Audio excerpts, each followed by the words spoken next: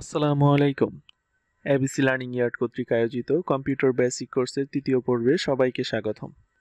আমাদের আজকের আলোচ্য বিষয় মাইক্রোসফট ওয়ার্ড মেনু পরিচিতি। আমাদের পূর্ববর্তী ক্লাসগুলো যদি মিস করে থাকেন, ভিডিও ডেসক্রিপশনে পূর্ববর্তী ক্লাসের লিংক দেওয়া আছে, আপনারা সেখান থেকে ভিডিওগুলো দেখে নেবেন। আমরা আজকে শিখব মাইক্রোসফট ওয়ার্ডের হোম এবং ইনসার্ট মেনু সম্পর্কে। তাহলে চলুন শুরু করা যাক।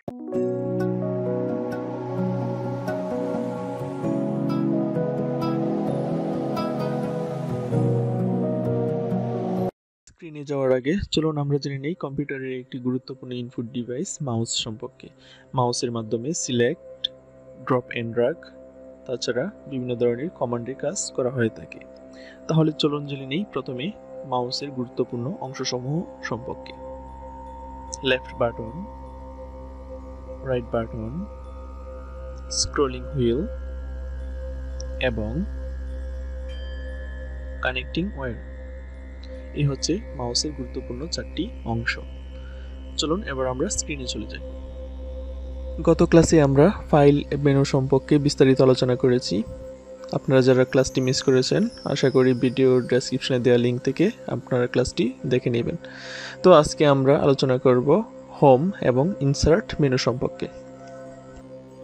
আমরা হোম মেনুতে চলে আসলাম এবং প্রথমে আমরা কাট, কপি এবং পেস্টের কাজ শিখব। কাট করার জন্য আমাদেরকে প্রথমে যে কোনো একটা অবজেক্ট সিলেক্ট করতে হবে বা ডকুমেন্ট সিলেক্ট করতে হবে। সিলেক্ট করার পর আমরা কাটে ক্লিক করব। কাটে ক্লিক করার পর আমরা যে জায়গায় ডকুমেন্টটি রাখতে চাই সেখানে কার্সরটি রাখবো। কার্সর রেখে আমরা পেস্টে ক্লিক করব। আমরা দেখতে পাচ্ছি এবিসি লার্নিং ইয়ার্ড লেখাটি উপর থেকে নিচে চলে আসছে, মানে আমরা যেখানে পেস্ট করেছি সেখানে চলে আসছে। এখন আমরা কপি করব। মনে করেন আমরা প্রথম লাইনটি সিলেক্ট করলাম এবং কপিতে ক্লিক করলাম। কপিতে ক্লিক করার পর আমরা যে জায়গায় রাখতে চাই সেখানে কার্সরটি রেখে আবার পেস্টে ক্লিক করলাম। আমরা দেখতে পাচ্ছি উপরের লাইনটি কপি হয়ে নিচে চলে আসছে। এই হচ্ছে কাট, কপি এবং পেস্টের কাজ। এখন আমরা তিনটি সিম্বল দেখতে পাচ্ছি, বি, আই এবং ইউ। এই তিনটির কাজ কি এখন আমরা সেটাই শিখব। বির কাজ হচ্ছে কোনো কিছুকে হাইলাইটেড করা বা বোল্ড করা। আমরা যে লেখাটি বোল্ড বা হাইলাইটেড করতে চাই সেটি সিলেক্ট করে আমরা বিতে ক্লিক করব, তাহলে আমরা দেখতে পাচ্ছি সেই লেখাটি বোল্ড হয়ে গেছে। এবং আই, ইটালিকের কাজ হচ্ছে আমরা ফন্টটিকে চেঞ্জ করে ইটালিক করা। তো ফন্টটিকে ইটালিক করার জন্য আমরা প্রথমে সিলেক্ট করতে হবে, তারপর আইতে ক্লিক করতে হবে, তাহলে ইটালিক হয়ে যাবে। এবং সেমভাবে আমরা ইউতে ক্লিক করলে লেখাগুলো আন্ডারলাইন হয়ে যাবে। সো পাশে আমরা আরও কিছু সিম্বল দেখতে পাচ্ছি, A B C, x square, এরকম। সো এই ধরনের কোনো স্কোয়ার বা কিউব আমরা যদি দিতে চাই তাহলে এর মাধ্যমে আমরা দিতে পারবো। আমরা যে জায়গায় স্কোয়ার বা কিউব দিতে চাই সেই জায়গায় কার্সরটি রাখবো এবং ওই সিম্বলগুলোতে ক্লিক করব, তাহলেই আমরা সেখানে স্কোয়ার বা কিউব দিতে পারবো। এখন আমরা দেখব কিভাবে বিভিন্ন ধরনের ফন্ট বা বিভিন্ন স্টাইলের ফন্ট আমরা ডকুমেন্টে ব্যবহার করতে পারি। সো এখানে আমরা বিভিন্ন ধরনের ফন্ট দেখতে পাচ্ছি। আমরা যে ধরনের বা যে স্টাইলের ফন্ট আমরা সিলেক্ট করব, আমরা ডকুমেন্টে ঠিক সেই স্টাইলের বা সেই ধরনের ফন্ট আমরা দিতে পারবো। সো এখান থেকে আমরা বিভিন্ন ধরনের ফন্ট দিতে পারবো। তাছাড়া আমরা বিভিন্ন সাইজের ফন্ট আমরা দিতে পারবো। লেখাগুলোকে ছোট এবং বড় করতে পারবো। এখানে আমরা যে সাইজ দেওয়া আছে সেখান থেকে সাইজ সিলেক্ট করলেই লেখাগুলো ছোট এবং বড় হবে। আমরা প্রয়োজন মতো সেখান থেকে লেখার সাইজও ছোট বড় করতে পারবো। পাশে আমরা সিম্বলও দেখতে পাচ্ছি, সেখান থেকে আমরা লেখাগুলোকে ছোট বড় বা বিভিন্ন সাইজের প্রয়োজন অনুসারে, আমাদের ডকুমেন্টের প্রয়োজন অনুসারে আমাদের সেই ফন্টগুলোকে বিভিন্ন সাইজের করতে পারবো বা বিভিন্ন স্টাইলের করতে পারবো এই মেনু থেকে। তারপর আমরা আরও দেখতে পাচ্ছি বিভিন্ন ধরনের ফন্ট স্টাইল। সো আমরা যদি এই ধরনের কোনো ফন্ট স্টাইল আমাদের ডকুমেন্টে দিতে যাই, প্রথমে আমাদের সেই ডকুমেন্টটি সিলেক্ট করতে হবে। সিলেক্ট করার পর আমরা যে ধরনের ফন্ট স্টাইল আমরা সেখানে প্রয়োগ করতে চাই সেটি সিলেক্ট করে দিব, তাহলে আমরা ঠিক সেই স্টাইলের ফন্ট আমাদের ডকুমেন্টের জন্য পেয়ে যাব। তারপর আমরা বিভিন্ন ধরনের ফিল কালারও সেখান থেকে দিতে পারবো। এবং আমরা যদি আমাদের ডকুমেন্টে বিভিন্ন কালারের ফন্ট ইউজ করতে চাই তাহলে আমাদেরকে সেই ডকুমেন্টটি সিলেক্ট করতে হবে প্রথমে, তারপর আমাদের পছন্দ মতো কালার আমরা চয়েস করে দিতে পারবো। তারপর আমরা যদি আমাদের ডকুমেন্টে বিভিন্ন ধরনের নাম্বার বা বুলেটস দিতে চাই সেখানে আমরা সেই নাম্বার এবং বুলেটসও দিতে পারবো। সো আমরা যেখানে নাম্বার বা বুলেটস দিতে চাই সেখানে আমাদের কার্সরটি রাখবো। তারপর আমরা যে ধরনের নাম্বার বা বুলেটস আমরা ডকুমেন্টে দিতে চাই সেই ধরনের নাম্বার এবং বুলেটস আমরা সিলেক্ট করে দিব। তাহলে আমরা সেখান থেকে বিভিন্ন ধরনের নাম্বার এবং বুলেটসও দিতে পারবো। তারপর আমরা দেখতে পাচ্ছি লাইন স্পেসিং কম বা বেশি দিতে চাই, তাহলে সেই প্যারাগ্রাফটি আমরা সিলেক্ট করে নিব। সিলেক্ট করে নেওয়ার পর আমরা সেখান থেকে লাইন স্পেসিং কম বা বেশি আমাদের যতটুকু প্রয়োজন ঠিক ততটুকু দিতে পারবো। তারপর আমরা যদি আমাদের কোনো প্যারাগ্রাফে ফিল কালার দিতে চাই তাহলে সেই প্যারাগ্রাফটি সিলেক্ট করে নিব। প্রথমে সিলেক্ট করে নেওয়ার পর আমরা ফিল কালার সেখান থেকে চুজ করে দিব। যে কালার আমরা সিলেক্ট করব ঠিক সেই কালারই চেঞ্জ হয়ে যাবে আমাদের ডকুমেন্টের জন্য। তারপর আমরা দেখতে পাচ্ছি বিভিন্ন ধরনের অ্যালাইনমেন্ট। সো আমরা যদি অ্যালাইনমেন্ট চেঞ্জ করতে চাই তাহলে আমরা সেখান থেকে অ্যালাইনমেন্ট চেঞ্জ করতে পারবো।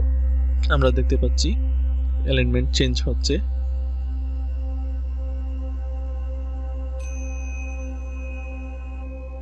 তারপর উপরের কর্নারে আমরা দেখতে পাচ্ছি ফাইন্ড। আমরা যদি আমাদের ডকুমেন্ট থেকে কোনো শব্দ বা ওয়ার্ড খুঁজে বের করতে চাই তাহলে আমরা ফাইন্ডের মাধ্যমে খুঁজে বের করতে পারবো। সো ফাইন্ডে ক্লিক করার পর আমরা দেখতে পাচ্ছি একটি সার্চ বক্স সেখানে চলে আসছে। সেখানে আমরা আওয়ার লিখে সার্চ করলাম। সো আওয়ার লিখে সার্চ করার পর আমরা দেখতে পাচ্ছি যে আওয়ার প্রতিটা শব্দ হাইলাইটেড করে দেখাচ্ছে। তারপর আমরা দেখতে পাচ্ছি রিপ্লেস। সো রিপ্লেসে ক্লিক করার পর আমরা দেখতে পাচ্ছি ফাইন্ড এন্ড রিপ্লেস নামে একটি ডায়লগ বক্স চলে আসছে। সো সেখান থেকে আমরা দেখে নিই কিভাবে ফাইন্ড এন্ড এবং রিপ্লেসের কাজ করতে হয়। রিপ্লেসের কাজ হচ্ছে একটা ওয়ার্ডের পরিবর্তে অন্য একটা ওয়ার্ড বসিয়ে দেওয়া।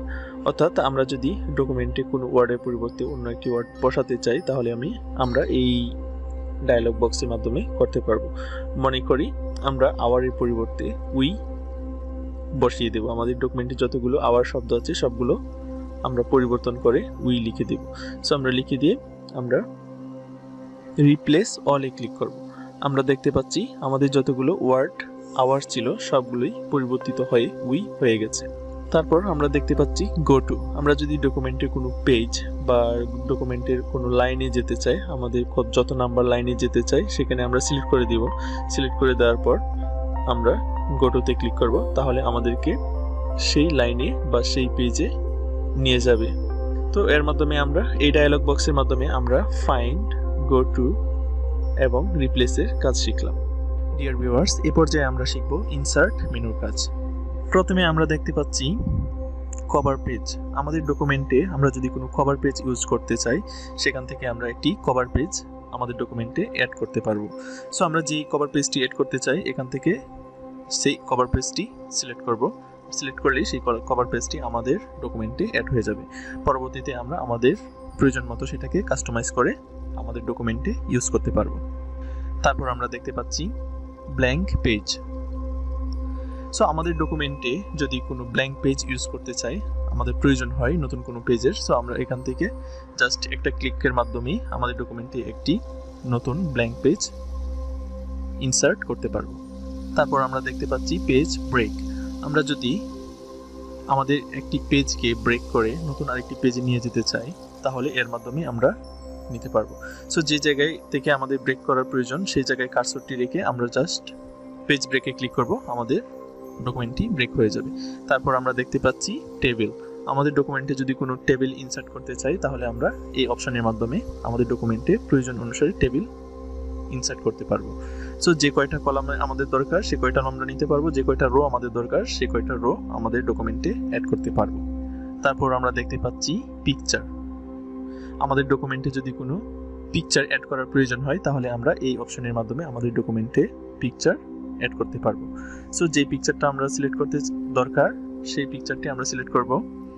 সিলেক্ট করে জাস্ট ইনসার্টে ক্লিক করলেই আমাদের ডকুমেন্টে সেই পিকচারটি অ্যাড হয়ে যাবে।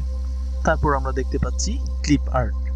ক্লিপ আর্ট হচ্ছে কম্পিউটারে অটোমেটিক কিছু আর্ট করা পিকচার বা ক্লিপ আর্ট দেয়া থাকে। আমরা যদি এগুলো আমাদের ডকুমেন্টে অ্যাড করতে চাই সেই ক্লিপ আর্টের মাধ্যমে আমরা সেগুলো আমাদের ডকুমেন্টে অ্যাড করতে পারবো।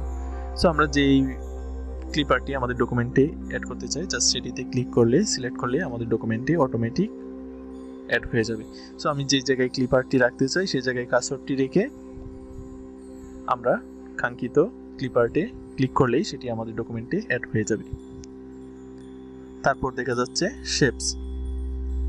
কম্পিউটারের সিস্টেমে তৈরিকৃত কিছু শেপস আছে বা রো আছে, আমরা যদি সেগুলো আমাদের ডকুমেন্টে অ্যাড করতে চাই এর মাধ্যমে আমরা আমাদের ডকুমেন্টে অ্যাড করতে পারবো। ডিয়ার ভিউয়ার্স, এখন আমরা দেখতে পাচ্ছি স্মার্ট আর্ট। এর মাধ্যমে আমরা আমাদের ডকুমেন্টে বিভিন্ন ধরনের ফ্লো চার্ট আমাদের অ্যাড করতে পারবো এবং সেটি প্রয়োজন মতো কাস্টমাইজ করে ব্যবহার করতে পারবো আমাদের ডকুমেন্টে।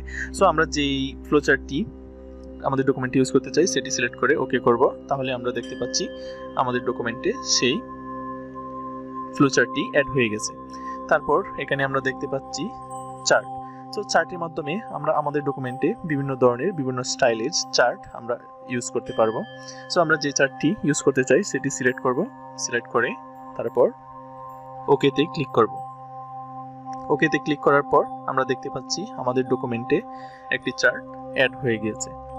এখন আমরা দেখতে পাচ্ছি স্ক্রিনশট। স্ক্রিনশটের মাধ্যমে আমরা আমাদের স্ক্রিনের স্ক্রিনশট নিতে পারবো। তারপর আমরা দেখতে পাচ্ছি বুকমার্ক, হাইপারলিংক, এগুলো আমাদের প্রয়োজন নেই। এরপর আমরা দেখতে পাচ্ছি হেডার। সো আমরা আমাদের ডকুমেন্টের মার্জিনের উপরে যদি কিছু লিখতে চাই তাহলে আমরা হেডারের মাধ্যমে লিখব। আমরা যদি মার্জিনের উপরে কিছু লিখতে চাই তাহলে আমাদের কি করতে হবে? হেডারে ক্লিক করতে হবে। হেডারে ক্লিক করার পর আমাদের মার্জিনের যে উপরের অংশ সেটা লেখার উপযোগী হয়ে যাবে। তারপর আমাদের প্রয়োজন অনুসারে যা লেখা দরকার সেখানে লিখে জাস্ট এন্টারে ক্লিক করব। এন্টারে ক্লিক করলেই আমাদের হেডারে সেই লেখাটি সেভ হয়ে যাবে এবং প্রতিটা পেজেই সেটা শো করবে। তারপর আমরা দেখতে পাচ্ছি ফুটার।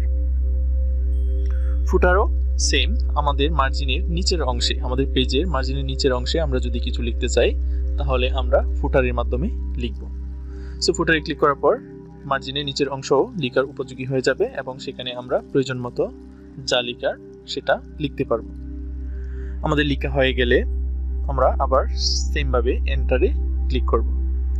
এন্টারে ক্লিক করলে আমাদের সেই লেখাটি সেভ হয়ে যাবে এবং আমরা দেখতে পাচ্ছি পেজ ফুটারে এবং হেডারে দুটোতেই আমাদের লেখা হয়ে গেছে।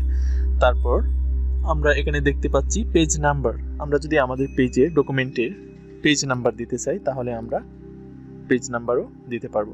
আমরা সিলেক্ট করে নিব পজিশনটা, যেখানে পেজ নাম্বার দিতে চাই সেখানেই আমরা সিলেক্ট করে নিয়ে ওকে করব। তাহলে আমরা দেখতে পারবো যে আমাদের ডকুমেন্টে পেজ নাম্বার অ্যাড হয়ে গিয়েছে। এখন আমরা দেখতে পাচ্ছি এখানে কিছু টেক্সট বক্স। আমরা যদি কোনো টেক্সট বক্স নিয়ে কাজ করতে চাই আমাদের ডকুমেন্টে তাহলে আমরা এখান থেকে বিভিন্ন ধরনের টেক্সট বক্স নিতে পারবো। সো এখানে আমরা টেক্সট বক্সে বিভিন্ন কিছু লিখে আমরা ডকুমেন্টে সেভ করে রাখতে পারবো। সো প্রয়োজন অনুসারে আমাদের টেক্সট বক্সটিকে ছোট বড় মাঝারি যে কোনো সাইজের করা যাবে, সেটা প্রয়োজন অনুসারে। তারপর এখানে আমরা দেখতে পাচ্ছি কিছু অপশন, এগুলো আমাদের প্রয়োজন নেই, আপাতত প্রয়োজন নেই। সো এগুলো পরবর্তীতে আমরা দেখতে পারবো। তারপর এখানে আমরা দেখতে পাচ্ছি ওয়ার্ড আর্ট। ওয়ার্ড আর্টের মাধ্যমে আমরা আমাদের ডকুমেন্টে বিভিন্ন স্টাইলের ওয়ার্ড ইউজ করতে পারবো।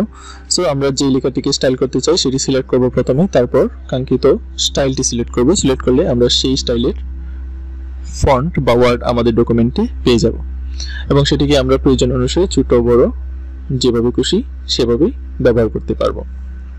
তারপর এখানে আমরা দেখতে পাচ্ছি signature line, date and time এবং অবজেক্ট। সো ডেট এন্ড টাইমের বেলায় আমরা জাস্ট ডেট এন্ড টাইম যদি ইনসার্ট করতে চাই আমাদের ডকুমেন্টে সেটা ইনসার্ট করতে পারবো। আর অবজেক্টের মাধ্যমে আমরা বীজগাণিতিক রাশি যদি আমাদের ডকুমেন্টে লিখতে চাই বা বীজগাণিতিক কোনো ডকুমেন্ট আমরা যদি আমাদের ডকুমেন্টে অ্যাড করতে চাই তাহলে ইকুয়েশনের মাধ্যমে করতে পারবো। সো ইকুয়েশন সম্বন্ধে আমরা বিস্তারিত আলোচনা করব পরবর্তী ক্লাসে। সো আজকের ডিয়ার ভিউয়ার্স, আজকে আমাদের আয়োজন এই পর্যন্তই। সো আমাদের চ্যানেলটি যদি আপনাদের ভালো লেগে থাকে আমাদের চ্যানেলটি সাবস্ক্রাইব করে পাশে থাকবেন এবং পরবর্তী ক্লাসের আমন্ত্রণ জানিয়ে আজকে এখানেই শেষ করছি। আল্লাহ হাফেজ।